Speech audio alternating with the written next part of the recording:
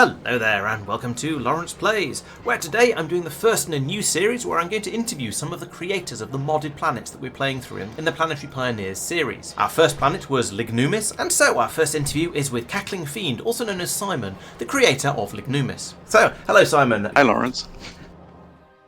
Let's jump straight in.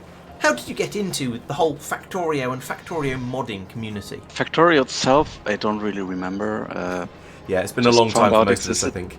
Yeah, I started in 0.17, I think, and yeah, modding.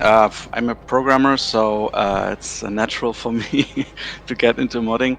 I didn't do it for a long time, but at some point I started playing the Atom mod, all the overhauls mod pack, and I don't know, I just started adding things for myself. I never published it, and yeah, at some point I had suggestions, and then I made my first suggestions as code, and then I somehow got the main maintainer of that mod pack. Oh, nice. So you were producing updates and improvements to an existing mod, and then you sort of branched out from there. And that makes sense. I think I'm definitely not a coder. I've dabbled with a few little things, and it's always been there's been a little problem that I've wanted to fix, so I've gone in and produced something. So I understand where that comes from. Yeah, that's where I learned to mod, and when Space Age came out, it was quite clear for me that I want to do something, but it took me some time to get an idea what I want to do.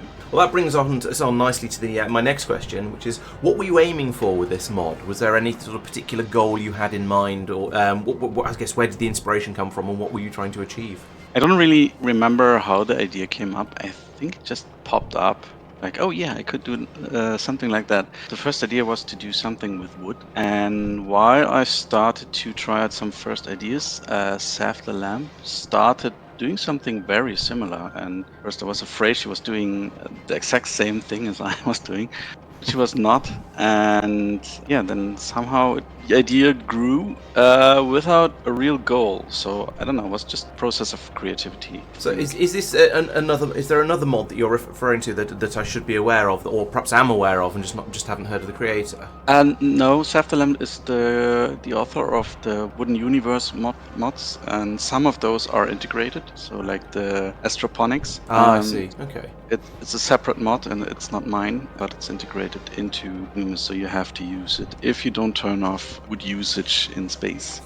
Yes, we're going to be getting onto that in a little bit, because that's quite a controversial topic, I feel, from seeing people talking about the mod.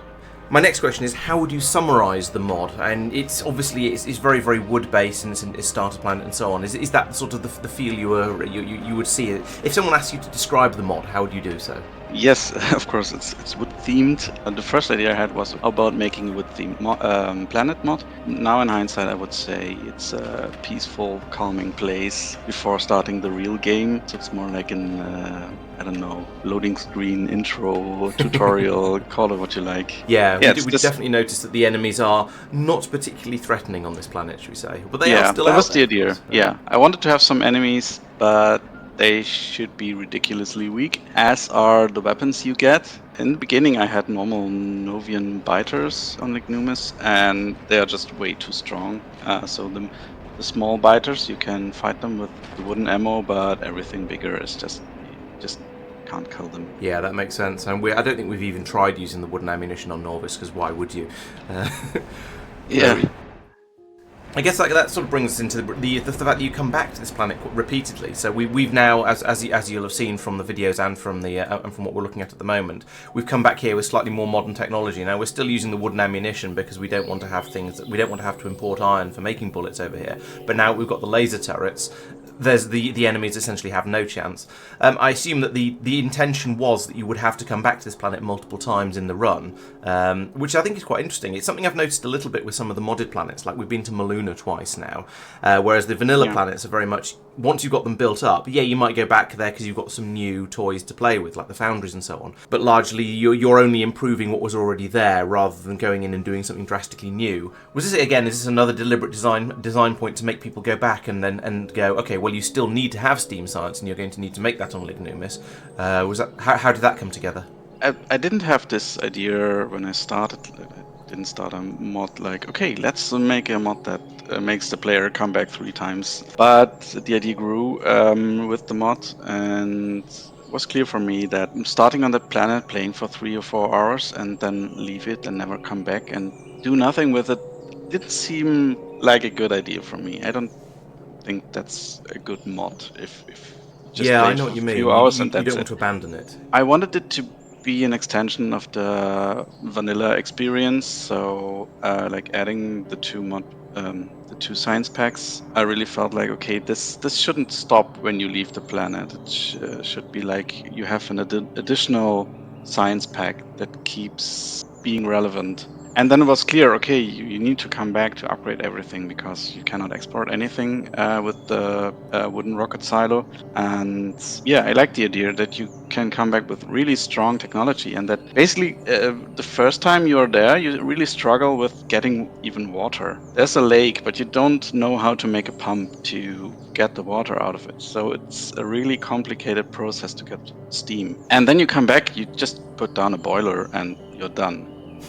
Like it's extremely trivial after you went to Novus, and that's what I aimed for. It's funny you say that because we haven't actually put down any boilers on our version of the planet because the fuel seemed rather in short supply. Like the main thing you can burn on this planet is peat, and the patches aren't particularly big. So I still think all of our steam, yes, all of our steam is coming from down here from these desiccation furnaces. So we are still using the basic way of producing steam, even though we've got all this other high tech stuff on the planet.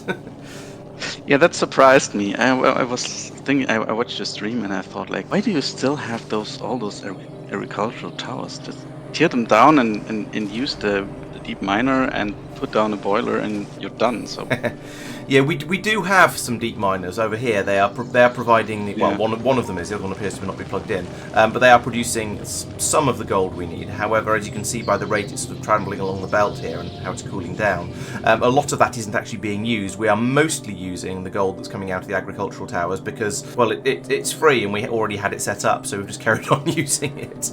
yeah. But yeah, I guess perhaps from a mod balance point of view, maybe does that make you wish that maybe you'd made these even slower, so that when you come back, you're almost forced into going off and using better recipes. And then I suppose you could do that by making the early sciences very, very cheap in the number of science packs they use, and then later ones requiring enormous numbers of steam science packs, so that you're forced to start making them in massive quantities, and therefore to upgrade the planet a bit further.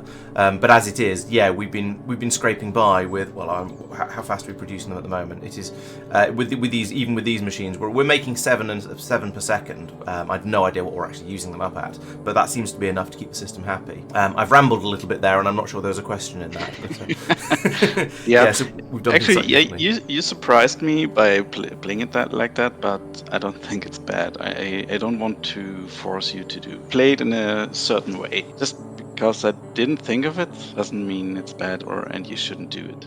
Yeah, that makes sense. I've heard criticism of other mods saying that they don't like that the mod author clearly has an idea of how they want their mod to be played, and they push people into it quite hard. Yeah, I don't have that feeling here. There's always been the choices of the various different ways to make things, which is quite nice. that's generally my philosophy. I think it's the Whoop way to give you many options and leave it to you to choose Yeah. any one of those. And yeah, I've played a few planets where, for example, one mechanic is to lock cargo drops behind this research. And that's one example of the mod author forcing you to play it his way. And I really don't like that mechanic. I Hmm. think it's bad because it takes away options. And for example, some people come to the space age planets and they drop everything they got from Novus and are really quick in setting up everything. And other people don't do that. They just start from scratch because they like to. So it's the player's choice, and players do choose, and each player does differently. And why should I, as a mod author, make that choice choice for you. Yeah, that makes a lot of sense. In fact, it's something I talked about in one of the recent videos I put together, because I've now played in both of those different ways. When I did my original Space Age run, it was very much, I was going out to each planet almost as quickly as I could, because they were new and exciting, and I can't resist a new shiny thing.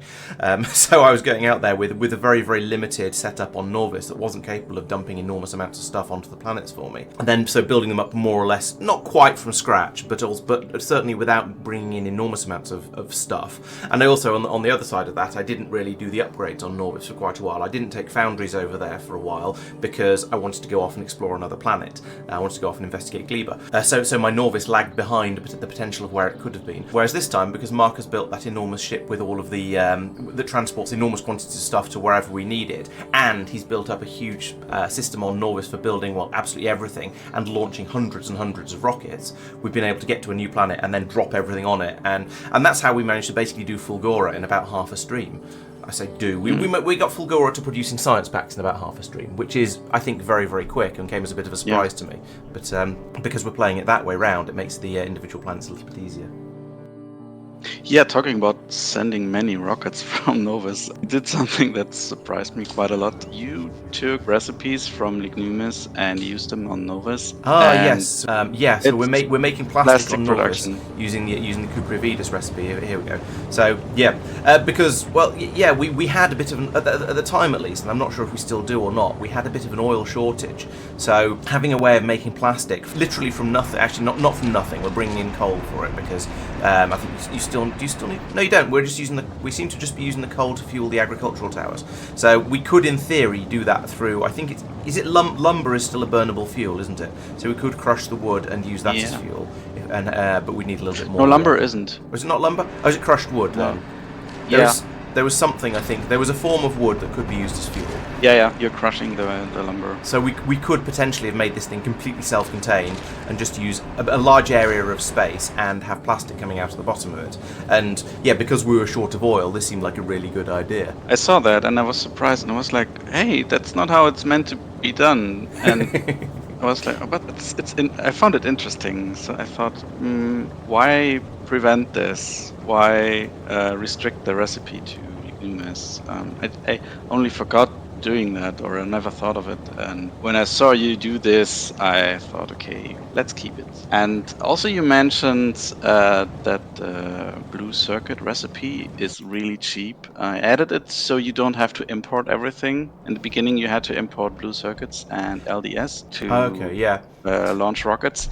Then I added those recipes to make it on Lignumis directly. And then you mentioned how cheap it is, how cheap the recipe is compared to Novus. And I think I might be going to change my opinion on that a little bit. So it does feel quite cheap, but then the machines you need to use to make it you have to use the steam assemblers rather than the normal assembly machines, which means that whilst it's relatively cheap, it's also very, very slow. And I think I worked out that in order to produce a blue belt of blue circuits, I would need about 180 of the steam assemblers to do the blue circuit assembly alone. Now, I have also noticed that you can do it in EM plants, so now that we've done Fulgora, maybe we'll come back over here and reconsider that and make all the circuit parts in the electromagnetic assemblers, because that will be a lot faster and therefore might make it a bit less ridiculous. But yes, it was interesting to think through that one, and I got excited about it because it seemed like a really cheap recipe, and then I started trying to implement it. Realised it actually wasn't going to be quite as easy as I thought it was. I think it's still way smaller setup compared to Novus with the regular recipe. And what you might not have noticed, you can add modules to the steam assemblers. Yes, we had noticed that. You can also considering beaconing them. Yes. Yeah, you can also beacon them. And another thing that wasn't planned like that, but you can use the 50% bonus productivity buildings on every single step for the blue circuits. Oh, can you? I knew you could for the making the wooden circuit boards this stage here. I didn't realise. Yeah, the EM plant also gives you the 50%. I see. So you can use sorry. I thought you meant you could use the lumber mill to make the blue circuits. No, but yes, you use the EM plant for them. Yeah, that makes sense. And you can use the biochamber for the plastic actually. Okay. Well, we haven't got there yet, but that's good. That's a good point, and one we'll get to eventually, I suspect. And I think you will go down to like 2 gold per blue circuit in the end if you have full productivity, and that's kind of ridiculous. I will have to So back when we were playing space exploration, I did the maths for working out what was the cheapest way of launching goods up into space or off to other planets. I'll have to do the same for making blue circuits, using all the different recipes for making plastic and making blue circuits and so on, and work out where the best place to make them is. I guess the obvious answer is going to be it's Fulgora, because they just come straight out of scrap. But I tried that last time and it went badly. So to summarize, I was quite surprised seeing you play the game a little bit different than I expected. And watching you stream also gave me some ideas, and now I proudly present the goodies that you get from this planet on the mod page that I didn't think of before. So like these recipes being really cheap and making it a good thing to export blue circuits and LDS. That's something that came up while watching your stream. So thanks for that. Awesome. Well, I'm glad we contributed back in a certain way. Yeah, I suppose originally, I imagine your intention then was for the only thing you're really exporting to be the Steam Science Packs. Yes. But then we found a few other things. I think you're thinking of LDS. I have been amused a few times that you're making a low density structure out of wood and gold, which are two of the densest things around. But we'll gloss over that. Maybe it's balsa wood. That's also true for the vanilla recipe, actually. I mean, copper steel is also very heavy, and steel. I find it funny that a low-density structure needs so many ingredients, and they are all very heavy, so it doesn't make sense at all. Yeah, and gold is known for being spectacularly heavier than almost anything else. But never mind. We won't delve too deeply into that.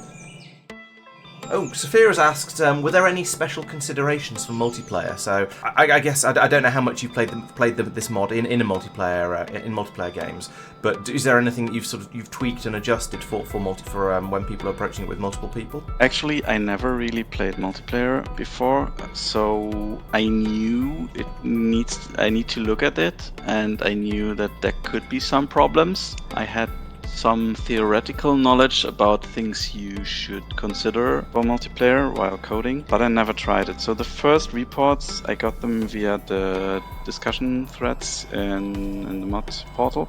And yeah, those are the first people to try it out in multiplayer. And there were some bugs, especially with the rocket silo, so the transition to novice. And I couldn't really test it, so it was difficult for me to fix bugs. Yeah, I can see that being a bit awkward. In the meanwhile, I have started a multiplayer game because I wanted to see other planet mods, and so I started a game that is similar to yours. Not the same mod selection, but quite similar. Also with a stable group playing twice a week, and that's my first real experience with multiplayer, but that was way after I launched this mod. Yeah, I do quite like multiplayer, and I think it helps with the streaming as well, because it makes it a bit different. Most streamers are doing single player, so having multiplayer in there is quite nice. It did seem to work fairly well. Like when we landed, there were enough different resources that I could send one player off to go and get each individual one, and then it sort of all came together, and we were able to make different blocks of the factory each. So that worked quite well. One thing I did notice was that when we were ready to leave by wooden rocket, it did take quite a long time to get us all off the planet, because we had to build 5 wooden rocket silos because they all burn down when you launch. But I'd say that was an amusing thing, because it was only something we had to deal with once. If we had to rebuild a silo every time we launched anything, it'd be ridiculous. But obviously that's not the case. You get back here and then you can put in the proper rocket silos, as we can see here with this one launching, and it works quite nicely. Yeah, the burning rocket silos is one of the last things I added, because the scripting part and modding is not really my thing. As a non-modder, you don't know what I'm talking about probably, but adding machines and recipes is quite different from doing things at runtime and reacting to things, and the rocket silo needs to be scripted, and yeah, that's just a part I'm not very familiar with. I waited a long time to make it right, and I saw you leave to Novus in the stream as the first player, and I thought, okay, I have to finish this, and then I finished it for the next stream. And then everything quite blew surprised. up and went, what? Yeah. Well, I didn't blow it up when I left. It's clearly a you problem, sort of thing. Yeah. I blame Mike. Okay, so next question is, what did you have to consider for compatibility with other mods? Okay, there's the big elephant, needing wood on other planets. Yes. Why did you add that question? There's one topic that I add the science packs to pretty much everything. Yes, so I So did notice they became basically another basic science pack. So we look at yeah, steel plate that was the productivity, it requires intention. wood and steam and so on. And I made it easy to add compatibility. It needed to be done, and now it works, I think. Yeah, so But here's an yes, example. This is a machine research. It takes wood and yeah, steam, and then red, green, blue, and own space as yeah, well. yeah. But needing wood on all the planets is something that really was a problem. Some planets got new wood mods. Some of them were from SAF, the one that made the Wooden Universe mods. And I even made some myself. I didn't really think it would be that big of a problem because there was one surprise that I didn't see coming. That's the locking cargo drops. Yeah. That was introduced after I started with Lignumis, and it makes a compatibility mandatory, so you cannot just drop wood there to do anything, so you need to be able to make wood on that planet. Karis is one example where I landed and I realized, okay, I cannot play this mod because there's no way of getting wood and I cannot drop wood from space. So Seth made wooden carrots, and after my feedback, she made it so that it's actually viable to craft things there. But also feedback from players led me to adding all the settings to disable the need for wood. Yeah, I can see that.